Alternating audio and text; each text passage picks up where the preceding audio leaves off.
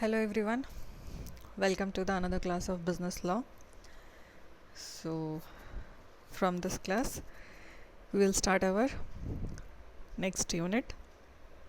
Okay, and under this particular unit we have some small topics. Okay, so today's topic is quasi contract. Okay, so first we'll check out the meaning, what we mean, or what does it actually the quasi contract mean. So for that you can read this very nice slide, or we can go in a very simple terms. Quasi contract, this is your contract, okay, which are created by the law. Fine, contract which are created by the law without any agreement or offer and acceptance. Okay, so here nothing will be like a normal contract, one offer and one acceptance and agreement, nothing will be here. Okay, this quasi contract will be created by the interference of court. Okay, the court will interfere and create a contract, and definitely there will be no offer, acceptance or the agreement. Okay, now quasi contract actually based on the doctrine of unjust enrichment. Okay, so when I'm saying that doctrine of unjust enrichment, it means a person who has received benefit. Okay, a person who has received benefit from another must pay for it. So simple term, what if you have received the benefit from another one, you have to pay for that. Okay, and if you are not going to pay for that, then that other person can knock the door of law, and then maybe the law is going to create a contract between you and that person from whom you have got benefits and haven't paid, and then then court will give you the order that you have to make the payment. So such type of things your quasi contract. Okay, it can be anything, as even it can be by mistake also.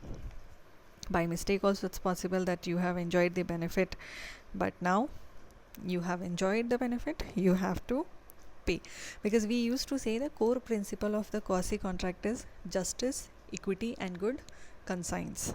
Okay, everybody has to get the justice, that is no man must grow rich out of another person's loss. So I just say take an example. You receive today, nowadays it's like e-commerce, okay, everything online delivery things, and just suppose you received some item and you know very well that you haven't ordered it. Okay, and you are like, it's okay, I have received the item, now let me enjoy it, and you're going to open the parcel and you're going to, whatever is there, you are going to enjoy it. Okay, so that means you are getting the benefit, actually you haven't ordered for that. Okay, that means you haven't entered under the contract by offer and acceptance with any e-commerce platform. It was somebody's else, by mistake got delivered at your address and you enjoyed it also. So if after some time, definitely if the e-commerce platform or the real customer is going to find out that you have enjoyed that, that means you have to do the payment. Two situation here. If the item is like which can be stored very well, okay, and you have kept it, still you have opened the parcel, but using is like you have still those items with you only. So one is you have to return it to the real owner, or the another, if it is like some fruits or something which you have consumed, or chocolate something you have consumed, then that means you have to again do the payment. Okay, so that is no man must grow rich out of another person law. If you have enjoyed, then you have to pay. Okay, so quasi contract is actually based on duty, not on an agreement. It is based on duty. Clear? So now we'll check out. So as per your Indian Contract Act 1872, from section 68 to 72, we have 5 circumstances under which a quasi contract comes to exist. So it's not that each and every type of things the quasi contract we can impose. No, there are some conditions, some rules and regulations, and if your case is going to fall under those conditions and cases, then only the court will create the quasi contract between the parties. Okay, so let's check out one by one all the things. So very first we have a section 68, necessaries supplied to persons incapable of contracting. So we just suppose a person is a lunatic person, okay, that is mad, okay, uh, not able to decide what I am doing that is correct or wrong, whatever, okay, mentally not stable, whatever you can say.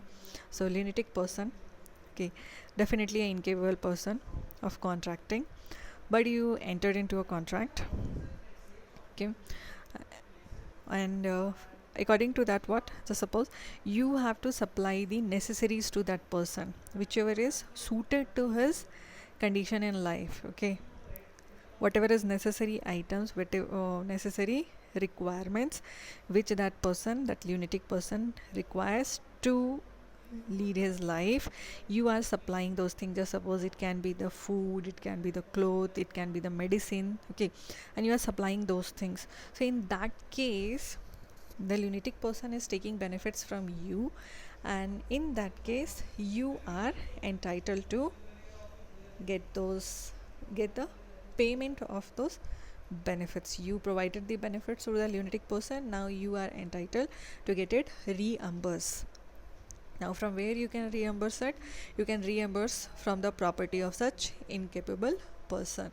So if that lunatic person is having some property, then you can get your payment done from those properties, okay, you can use it, but always make sure that necessaries are supplied. You have given the necessaries, you have supplied it, okay, and that to a person who is incapable of making a contract, okay, and that to a person who is dependent upon such person incapable of making contract, okay. So a person whom the incapable person is legally bound to support, and make sure whatever necessary things you have supplied that is suited to that person's conditions in life, okay. It's not that simply anything you supplied and you're saying that I want payment for this, no, okay, necessary to maintain a person according to his condition in life, fine.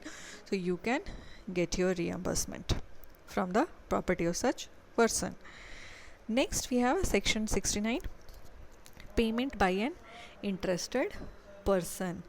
So payment by an interested person, and yeah, before that, under this, see, whenever you are approaching to the court that you want your payment reimbursed, okay, you want your, because you have supplied some necessities to that lunatic person, you have to prove in the court that that person is lunatic, and you have to prove that you have supplied the goods those were necessary, okay, at the time they were sold or delivered. Those things you have to prove in the court to get your payment from the property of lunatic person or incapable person. Clear? Now coming to the section 69, payment by an interested person. So a person who is interested in the payment of money which another is bound by a law to pay, and who therefore pays it, is entitled to be reimbursed by the other. Now very quickly I read, no issues. So very simple, what we have to keep remember, okay, if a person pays the money on someone else's behalf, okay, if a person pays the money on someone else's behalf, okay, which the other person is bound by law to pay, then he is entitled to reimbursement by the other person.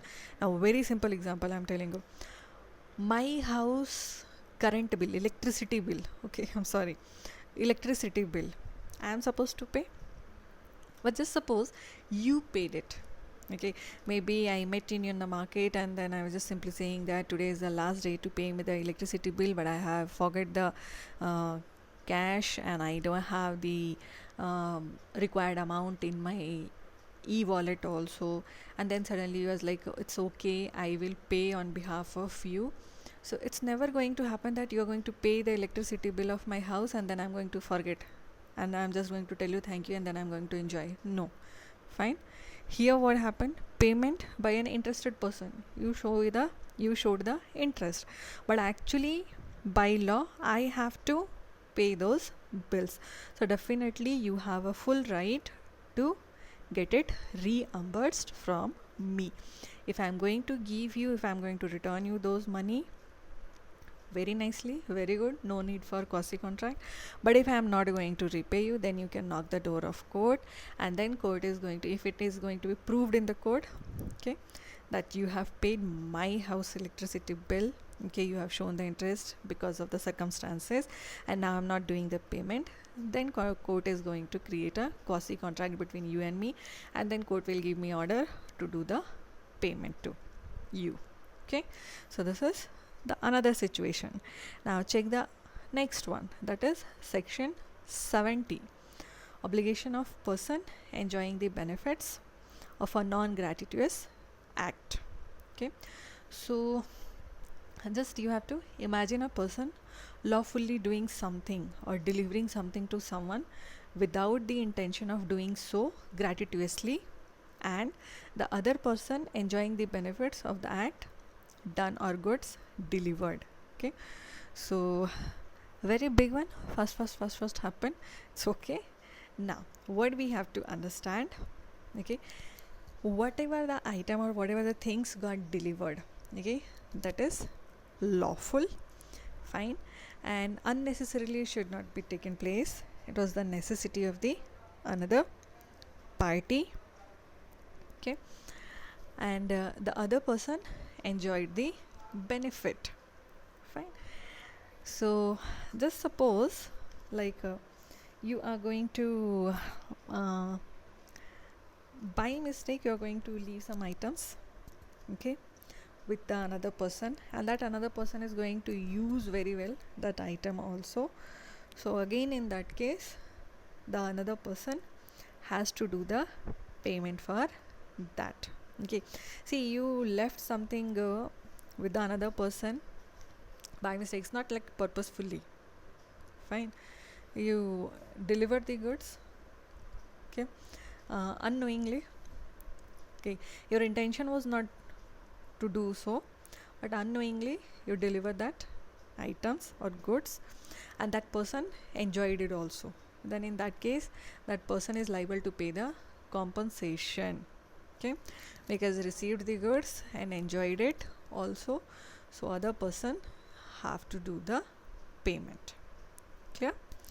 Now the next, section 72, money paid by mistake or under coercion. Okay, so money paid by, okay, wait a minute, yeah, I'm really sorry, I jumped once slide, so coming back to for that was first, section 79, responsibility of finder of goods. So very happy, no, if just suppose you're walking on the road and got a diamond ring, so happiest moment that I got something, but unfortunately law never allow you to be happy one, fine. Reason is what? As per section 71, responsibilities arise to the finder of goods. A person who finds goods belonging to another and takes them into his custody is subject to the same responsibility as a bailee. So what trying to say that if you are going to find something, okay, you found a goods, and if you're taking that under your custody, then you have to take care of the goods as a owner, okay, no, on behalf of owner, okay, and you don't have any rights, you don't have any appropriate rights on the goods, okay, you can't sell it, and you have to return the goods to the real owner if real owner found, okay. So you got the diamond ring, very good, as per our example, but don't wear it and enjoy very nicely, and don't give to someone else, your very lovable one, okay, and don't try to sell it also, keep it with you.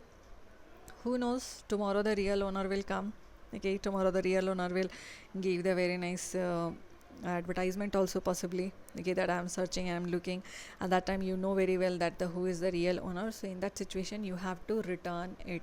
Now suppose if you are going to sell it and take the money, Then whenever the real owner will found or get to know that you have found that diamond ring and you sold it also, then you have to again do the payment, because the real owner is having a full right to knock the door of court and create a quasi contract between you and him.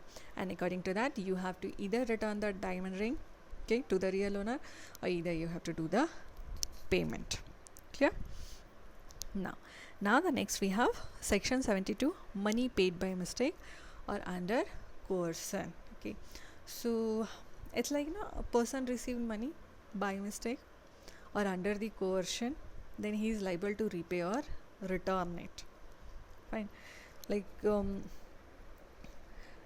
I'm saying that payment by mistake, so it's like the payment was not legally due. Okay, payment was not legally due, but you did it. And as soon as you did the payment and you realize that by mistake you have done this payment, you have a full rights to go and ask for the refund. You have a full right, go and say that by mistake I paid you this, I was not supposed to pay, please return my money. Like just take the example, you went to a shop and you purchased some item, okay, and the item price was like, just suppose 20 rupees, and you paid 100 rupees. Fine, and you came back also, and after like half of the way you realized, okay, instead of 20 you paid 100, so you have a full right to go and ask the shopkeeper, return my 80 rupees. Now for 80 rupees I don't think so that you're going to file the case in the court, but if the amount is very bigger one, definitely you have a full rights to file the case and prove in the court that by mistake you have did the extra payment and now you want your money back. Okay, so if it will get proved, again the quasi contract will get created. And the another is under coercion. Like coercion, if somebody has forced you or under the pressure of someone, okay, you did the payment, so again it is like this will also treated as the payment made under mistake only, and again you are having a full rights to get it back. So these are your 5 conditions, okay, when we can go for the quasi contract. One is if you are supplying the necessity things to the incapable persons, okay, person who are incapable of contracting, you are supplying the necessity things to them, then you have a full right to get the payment for those supplies and you can get it from their property. And if you have did the payment on behalf of someone, then again you have a full right to get it back from that person, because as per the law that particular person was liable to do the payment. You have just did on behalf of that person the payment, depend upon the situations and conditions, but you have a full right to get it back. And then if anybody is going to enjoy the benefits, okay, because somebody has by mistake forget some item or left some item with him or her, so if you're going to enjoy it, then again you have to do the payment. And if anybody has found anything, any goods, okay, which belongs to others, so better to return it, or if at all you are going to have it, you have to keep it properly. Whenever the real owner will come, you have to return it, otherwise you have to do the payment for that. And then the another, if anybody is going to do the money payment by mistake or under the coercion, that time also reimbursement is possible as per the quasi contract. So I hope you have got it. So for the day, thank you, enjoy learning or keep learning. Enjoyment I don't know, but at least you can keep learning. Thank you.